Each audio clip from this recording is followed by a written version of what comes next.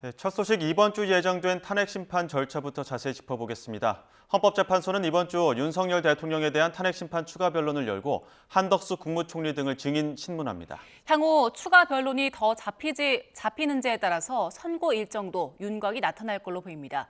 취재기자 연결합니다. 김태원 기자. 네, 헌법재판소입니다. 네, 먼저 대통령 탄핵 심판 이번 주 두 차례 변론이 예정돼 있죠. 네, 내일 오후 2시에 열리는 대통령 탄핵심판 9차 변론 기일에선 별도의 증인신문 없이 증거를 정리하는 절차가 진행됩니다. 또 탄핵소추 사유에 대한 양측 입장을 진술하는 시간이 각각 2시간씩 주어집니다.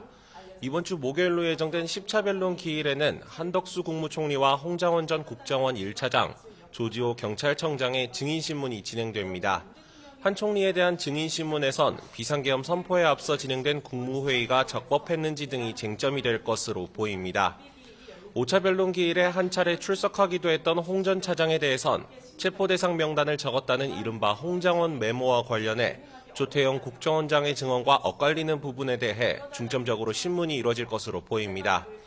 체포조 의혹의 다른 핵심 인물인 조 청장은 앞서 건강상 이유로 2차례 신문에 불출석했는데 이번에는 증언에 나설 수 있을지도 관심입니다.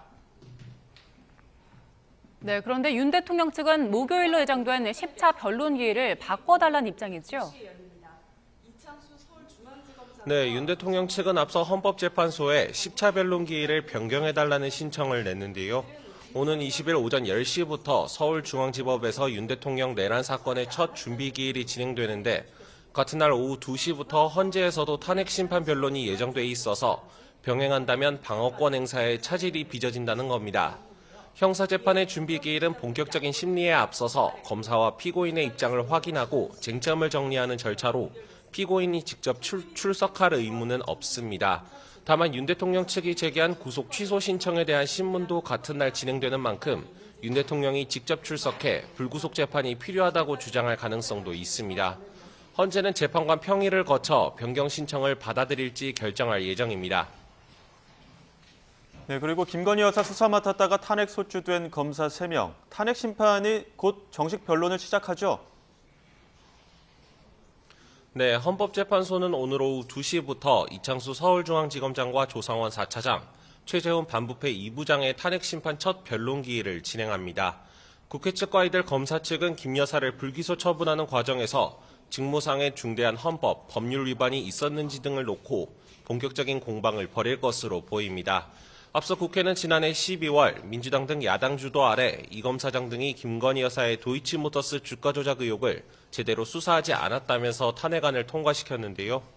다만 헌재는 3차례 준비 기일을 진행하면서 국회 측의 탄핵 소추 사유가 지나치게 모호하다고 지적하기도 했습니다. 국회 측은 지난달 마지막 준비 기일에서 이 검사장 등 피청구인들에 대한 직접 신문을 요청했는데 오늘 기일에서 이것에 대한 진행 여부도 결정될 것으로 보입니다. 지금까지 헌법재판소에서 YTN 김태원입니다.